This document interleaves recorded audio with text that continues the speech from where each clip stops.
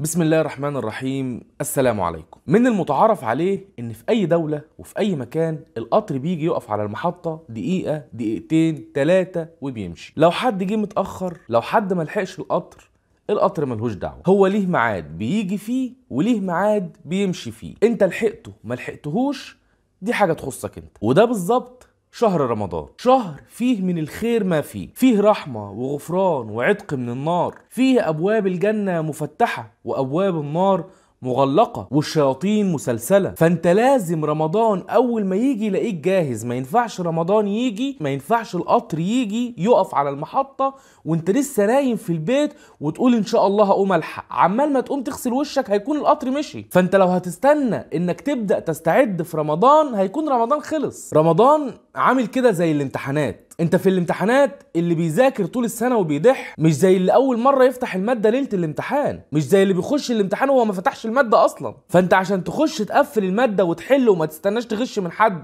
وتخرج وانت حالل كل الاسئلة وانت مرتاح وعارف ان انت مقفل الماده وخلاص الماده دي في جيبك، لازم تستعد لها من قبلها. لازم تستعد من قبل الامتحان بفتره. مش هتيجي ليله الامتحان وتبدا تفتح الكتاب بتاع الماده دي وتقول ان شاء الله هقفل الماده. مستحيل. لازم تستعد. واحنا اي حاجه عموما في حياتنا بنستعد لها. لو عندنا فرح او جواز بنقعد نحضر للفرح ده من قبله بشهر او بشهرين، ونختار الفستان ونجيب البدله ونحجز القاعه وهم ليله. لو ورانا سفر بتبقى عارف هتسافر امتى وبتبقى محضر شنطتك ومجهز الحاجه اللي هتاخدها معاك. يا راجل ده لو في ماتش كوره او بطوله بنحضر لها من قبلها. احنا رمضان نفسه بنستعد له وبنحضر له، بس بنستعد له وبنحضر له بطريقه غلط. بنستعد له في الاكل والشرب والعزومات واستقبال المسلسلات الجديده وبرامج المقالب اللي بنبقى مستنيينها نتفرج عليها في رمضان، وبننزل نشتري حاجات رمضان ويميش رمضان واكل رمضان من قبل ما رمضان يجي، ونعلق الزينه ونشترك في القنوات ونشترك في المنصات اللي هنتفرج على المسلسلات عليها. كل ده استعداد لرمضان،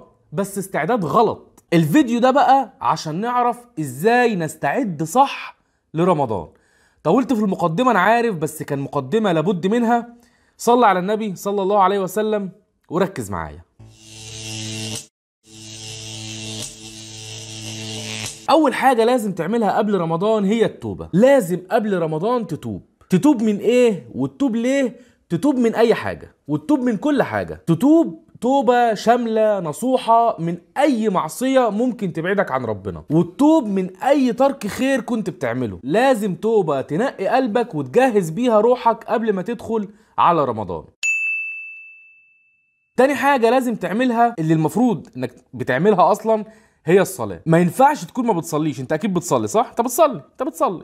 هنزود بقى شوية في الصلاة. ولو ما بتصليش لازم تصلي، ما ينفعش ما تصليش. والكلام ده لنفسي كمان، اهم حاجة الصلاة. فلو ما بتصليش لازم تبدأ من دلوقتي انك تلتزم بالصلاة وبالفرائض في المسجد، عشان لما رمضان يجي الموضوع ما يبقاش صعب عليك وتبقى انت متعود انك بتنزل تصلي في المسجد. ومع الفرائض هتزود كمان شوية في صلاة النوافل اللي هي 2 قبل الفجر و4 قبل الظهر و2 بعد الظهر و2 بعد المغرب و2 بعد العشاء.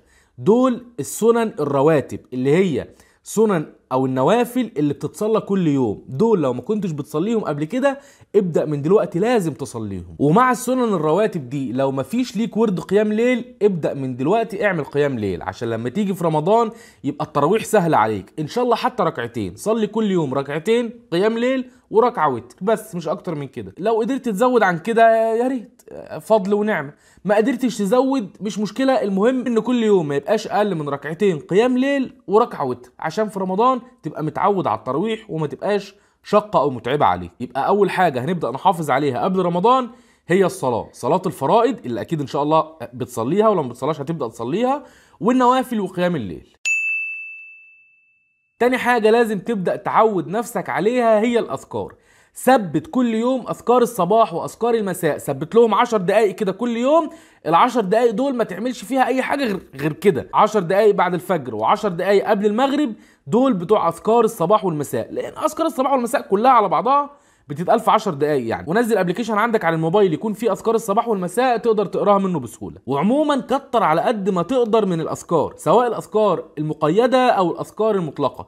يعني ايه الاذكار المقيده؟ الاذكار المقيده يعني المقيده بوقت محدد، اللي هي اذكار الصباح بتتقال الصبح بس، اذكار المساء بتتقال بالليل بس، اذكار دخول المسجد بتتقال وانت داخل المسجد، اذكار دخول المنزل، اذكار لبس الثوب الجديد، اذكار الاكل، اذكار الشرب، اي حاجه ليها ذكر قوله في وقته، دي اسمها الاذكار المقيده، سواء مقيده بوقت او بفعل. وفي اذكار مطلقه بتتقال في اي وقت وفي اي مكان وعلى اي حال، زي التسبيح والتحميد والتهليل والتكبير، زي الحوقله، لا حول ولا قوه الا بالله، الاستغفار، الصلاه على النبي صلى الله عليه وسلم. كل الاذكار دي اذكار مطلقه بتتقال في اي وقت وفي اي مكان وعلى اي حال. كتر منها على قد ما تقدر، عود لسانك على الذكر. من افضل الاعمال اللي تاخد بيها اجر عظيم جدا واعمال سهله جدا ومش متعبه هي الاذكار. بكل بساطه بتاخد حسنات قد الجبال.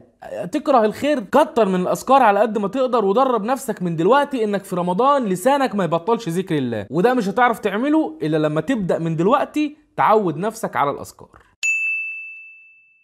تاني حاجة هي الصيام. مفيش في الدنيا لاعب بيقعد موسم كامل ما بيلعبش والموسم اللي بعده ينزل يلعب 90 دقيقة كاملة من غير ما يسخن ولا يتمرن، ولو عمل كده الموضوع هيبقى متعب ومجهد عليه. انت كمان عشان تدخل رمضان تصوم وما تحسش بتعب ولا بإرهاق وتشتغل عادي، ما تقولش انا لازم اقعد ولازم ارتاح ولازم انام، لازم قبل رمضان تبقى متعود على الصيام. ابدأ من دلوقتي صوم اللي تقدر عليه. لو تقدر تصوم يوم ويوم يا ريت، لو تقدر تصوم يوم وتفطر يومين مش مشكلة. صوم يوم في الاسبوع، صوم اثنين وخميس بس. اقول لك على حاجة يا عم، صوم لحد الظهر، صوم لحد العصر زي الاطفال، مش مهم، المهم تبدأ تتعود على الصيام. لما تصوم يوم نافلة وتفطره احسن ما تفطر يوم في الفرض. يعني انت انوي يوم من اوله انك اليوم ده ان شاء الله هتصومه، لو ما قدرتش وفطرت الظهر مش مشكلة، لو كملت لحد العصر زي الفل، لو كملت لحد المغرب يبقى جزاك الله كل خير. وما تنساش ان سيدنا محمد صلى الله عليه وسلم قال: من صام يوما في سبيل الله باعد الله بينه وبين النار 70 خريفا. يعني اليوم الواحد اللي هتصومه غير ايام رمضان ربنا هيبعدك بيه عن النار 70 سنة. فشوف انت عايز تبعد عن النار كام سنة وصوم. لو مش هتقدر تصوم يوم كامل زي ما قلنا، صوم ان شاء الله حتى نص يوم. المهم تبدأ من دلوقتي تدرب نفسك على الصيام. رابع حاجة القرآن. فاكر تقريبا انت عندك مصحف على الرف جوه عليه تراب، ادخل هاته دلوقتي بعد الفيديو ده على طول، ونفض التراب اللي عليه وافتحه. اقرأ اي حاجة، اقرأ في اليوم آية، صفحة واحدة، اقرأ اللي تقدر عليه. المهم انك تدرب نفسك انك كل يوم في وقت معين هتقعد تفتح المصحف وتقرأ فيه قبل رمضان، عشان لما يجي رمضان الوضع ده يبقى سهل عليك. ما تستتقلش لما تنفض التراب اللي على المصحف بتاعك دلوقتي احسن ما تنفضه في رمضان. فخلص الفيديو ده او اقفل الفيديو، مش مهم الفيديو خالص، بس اهم حاجة انك تقوم تجيب مصحفك وتبدأ تقرأ فيه اللي تقدر عليه. ولو اصلا ما عندكش مصحف عشان يكون عليه تراب مش مشكلة، اقرأ من الموبايل، نزل اي تطبيق قرآن على الموبايل واقرأ منه. اهم حاجة يكون ليك ورد يومي لحد رمضان. لما تبدأ من دلوقتي تقرأ صفحة كل يوم، هتيجي في رمضان ان شاء الله تختم جزء في اليوم وانت مرتاح، وتقدر تختم ان شاء الله على الاقل ختمة كاملة في رمضان. ودي حاجة بسيطة يعني مش سهلة، هي كلها 5 أو 10 دقائق كل يوم قراءة، فما تستصعبش الموضوع. وختمة وجزء كل يوم، الموضوع بسيط جدا جدا، بس انت ابدأ درب نفسك عليه من دلوقتي. خامس حاجة الصدقة. من هنا لحد رمضان، شوف الفيديو ده هينزل امتى او انت هتشوفه امتى، من وقت ما تشوف الفيديو ده لحد رمضان خلي كل يوم ليك صدقة، كل يوم ان شاء الله حتى جنيه واحد بس تطلعه صدقة لله كل يوم، علشان تدرب نفسك وتعود نفسك انك في رمضان تطلع كل يوم صدقة. مش لازم خالص تطلع مبلغ كبير ومعيش فلوس. احب الاعمال الى الله ادومها وان قل. لو بتطلع كل يوم جنيه لله احسن ما تطلع 100 جنيه كل سنه. ورسول الله صلى الله عليه وسلم قال: اتقوا النار ولو بشق تمره. يعني لو معاك بلحايه وقسمتها نصين وطلعت نصها لله هتتحسب لك صدقه. على قد اللي معاك خرج صدقه لله. والصدقه ليها فوائد كتير وليها اجر كبير مش هنعرف نتكلم عليه دلوقتي، ان شاء الله نبقى نعمل لها فيديو بعدين. سادس حاجة لازم تعملها قبل رمضان انك تقضي الصيام اللي عليك. لو انت ست فاكيد بنسبة كبيرة عليك صيام من رمضان اللي فات. لو عليك صيام من رمضان اللي فات لازم تقضيه قبل رمضان اللي جاي. ولو انت راجل عادي وفطرت في رمضان اللي فات لأي سبب من الاسباب، كنت مريض، كنت مسافر، او كان عندك اي عذر وفطرت، لازم تقضي الصيام اللي عليك قبل رمضان اللي جاي. انت كان معاك سنة بحالها، ما ينفعش السنة دي كلها تعدي وانت لسه عليك ايام ما تصامتش ورمضان اللي جاي داخل عليك، مستني ايه؟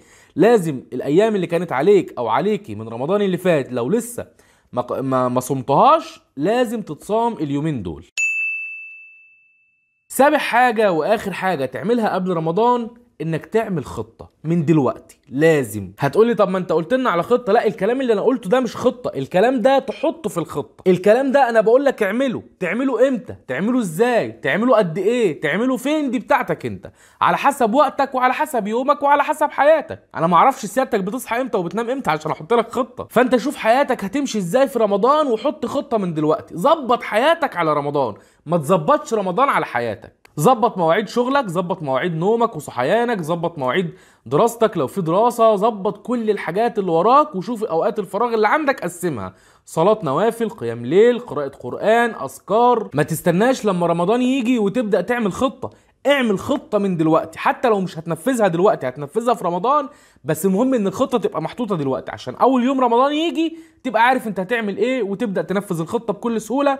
ما تلعبكش نفسك وما تلخبطش نفسك عشان تلحق تاخد اكبر اجر ممكن في رمضان. وانت بتعمل خطة استخدم حاجات تسهل عليك الخطة دي. انت دلوقتي ماسك تليفونك في ايدك 24 ساعة، استفيد منه. لو مش هتقدر تبعد عنه خليه ينفعك. نزل عليه تطبيق للقرآن، نزل عليه تطبيق اذكار. لو انت مكسل تمشي بمصحف وتمشي بكتاب اذكار نزلهم على تليفونك وامشي بيهم. تقدر تقرا من تليفونك في اي وقت وفي كل مكان. حاول تسهل على نفسك الدنيا وحاول ترتب افكارك كده واحدة واحدة، وحاول تعمل لنفسك خطة، وحاول تثبت وتحافظ على الحاجات اللي قلنا عليها دي عشان تخش رمضان فورمة، مستعد، جاهز، تنطلق، وربنا يكرمك ان شاء الله. ورمضان اللي جاي ده يبقى نقلة وتغيير في حياتك. مش عايزين رمضان اللي جاي ده يبقى زي كل سنة، رمضان يجي ويعدي علينا من غير اي تغيير. عايزين نستفيد برمضان على قد ما نقدر يا عالم، يمكن رمضان اللي جاي ما نلحقهوش. ولو حابين نعمل فيديو عن اهم التطبيقات اللي تحملها عندك قبل رمضان وتدخل رمضان بيها وتساعدك في رمضان، اكتبوا لي في التعليقات. ولو لقيت تعليقات كتير وناس كتير عايزه الفيديو ده ان شاء الله نعمله بعد الفيديو ده على طول. وبس كده يا سيدي، اشترك في القناه عشان الفيديوهات الجايه توصل لك، ويا ريت تعمل شير عشان الفيديو ده يوصل لغيرك. تحياتي هشام مصطفى، والسلام عليكم ورحمه الله.